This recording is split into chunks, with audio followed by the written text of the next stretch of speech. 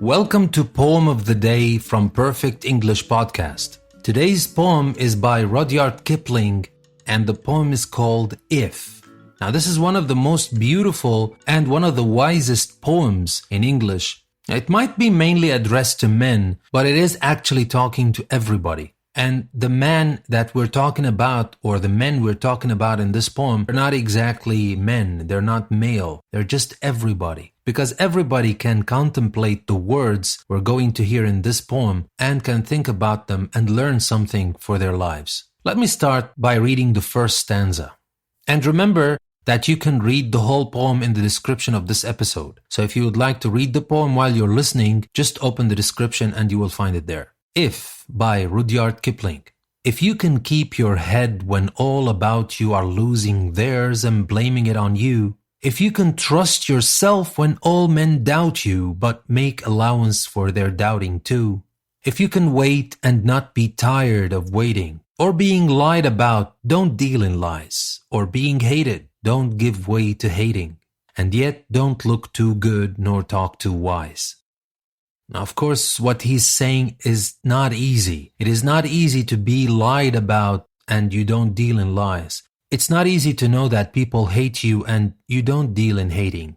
It is not easy to let people doubt you, to have this self-confidence and wait for the moment when everybody is going to regret the moment they doubted you. You don't let that affect you. You just move on. You don't blame it on anybody. You don't blame it on yourself.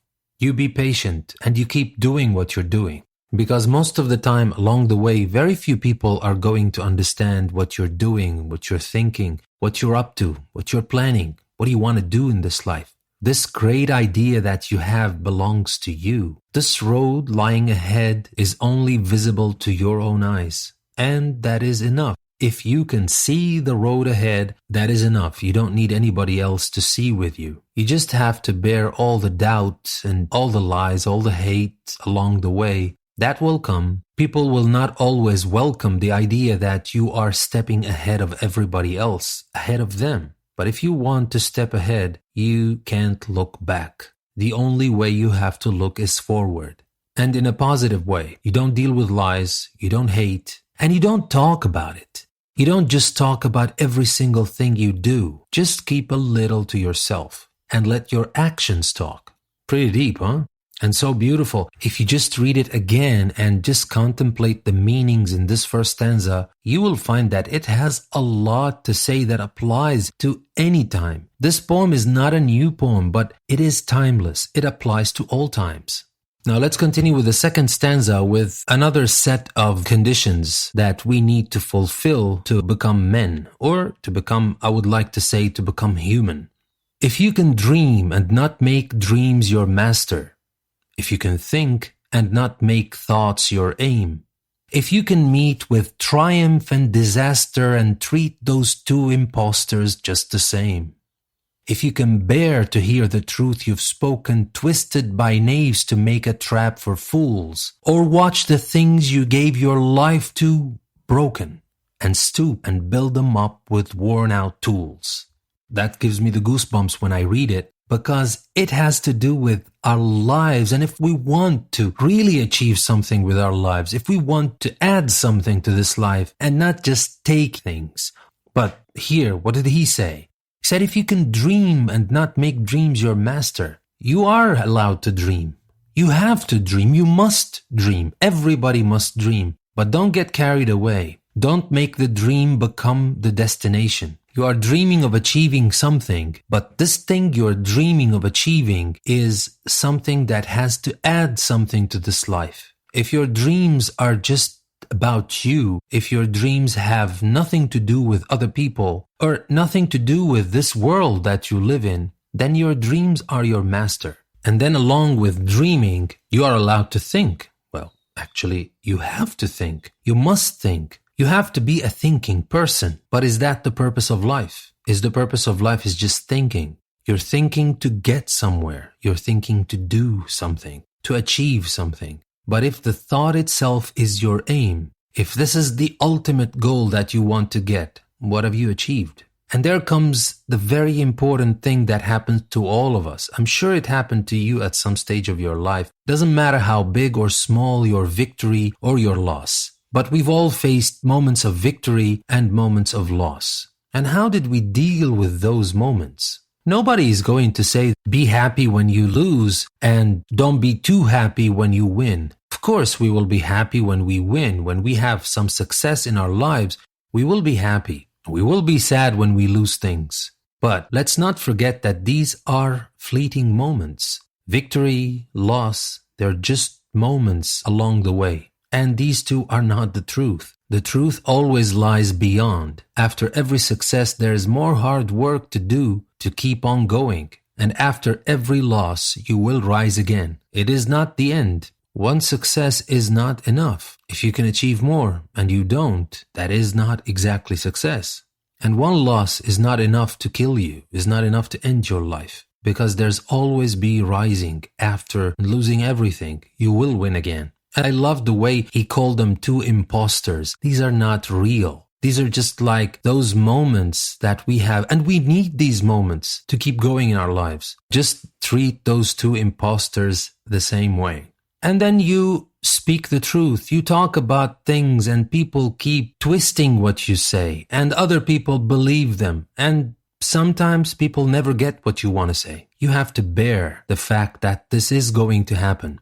Especially if you have something important to say, especially if what you're saying is affecting their lives in a way or another, is showing them the truth they don't want to see. They will try to break you first. And if they can't, they will try to break the truth in what you say. They will try to discredit you. They will do whatever they can so other people don't believe you or don't believe in you. What you're saying will make them change. The truth you are saying is showing everybody else's lies. And if you're doing something important in your life and other people are just wasting their lives, they don't want to be reminded of that. They will try to smear your reputation, defame you in any way they can. You will have to bear it. You will have to go on because truth is going to shine in the end. Even if it's not for the whole world, but at least you will live and you will die with your own truth, with your head held up high, because you know that you didn't have to lie to satisfy the people around you. And what if you've been building things and you've been doing things for a very long time and suddenly something happens like one of these disasters and you find everything you've been building just broken? What do? Do you break with the things that broke? Or do you jump up back again and build them back with the worn out tools that are your body, mind, and soul? You take these and you build again because you can. Because if you can't, nobody else can. You've been talking about it all your life. You've believed it all your life. Now is not the time to lose heart. Now it's the time to move on. And no matter what shape or what condition your body, your heart, your mind are in, you just pick up the pieces and go on. And now for the third stanza. If you can make one heap of all your winnings and risk it on one turn of pitch and toss, and lose and start again at your beginnings and never breathe a word about your loss. If you can force your heart and nerve and sinew to serve your turn long after they're gone, and so hold on when there is nothing in you except the will which says to them, hold on. So this continues talking about the idea when you lose everything, when you risk everything and you lose, what do you do? What do you do with this broken heart? What do you do with the sinews that can't hold your body anymore? They can't serve you. They're gone. What do you do when there is nothing holding on except the will? That is the only thing that cannot be broken unless you break it. If you break your will, no matter what kind of body you have, no matter what age you are broken. If your will is broken, and that is yours, and that is something nobody can take from you, nobody can break it unless you let them do it. And maybe you lost everything because of you, because you made a wrong decision. You risked everything. It may happen. If you want to achieve anything in life, you will have to take big risks. And the bigger risk, the bigger the reward. If you don't want to take any risks, you will have to accept that you're not going to achieve anything, or at least anything big. you're not going to change anything. Everything will stay the same. But if you risk and you lose, you should have known that this was a possibility since the very beginning, and you can't stop now. You hold on when there is nothing in you except the will, which says to all of your body, hold on. And now for the last stanza. If you can talk with crowds and keep your virtue, or walk with kings nor lose the common touch, if neither foes nor loving friends can hurt you, if all men count with you but none too much, if you can fill the unforgiving minute with 60 seconds worth of distance run, yours is the earth and everything that's in it, and which is more, you will be a man, my son. So obviously, some people might think that the best way to do what you want, and because you want things that other people don't, and because you are different from those common folks, you are different from kings, and you are different from royalty and those people in power. You're not like them. You're different. But can you do all this on your own? Do you want to be on your own? You don't want to talk to anybody. You don't want to socialize with anybody. Well, to do what you want, you will have to socialize with everybody. You need them as much as they need you. Whether you think that you're saving these people or whatever you're doing that's going to add any value to their lives, how can you do it if you're not there, very close to them? You won't be able to touch their lives if you are that far. But at the same time, when you come close to people that are so different from you, you don't become like them. First, you be yourself. And even after you mingle with these people, you stay as yourself. You don't change. Unless it is for the better, unless you change what you believe in because of these people. You can learn from these people and you can change. But you don't become like them just to be like one of them, just to be a part of the herd. If you still believe in what you believed in all the way, don't change your beliefs, whether your friends are kings or common folks. And if you so believe in yourself, nobody can hurt you anymore. You listen to everybody. You welcome everybody's opinion, but you don't let anybody affect you. Nobody can hurt you.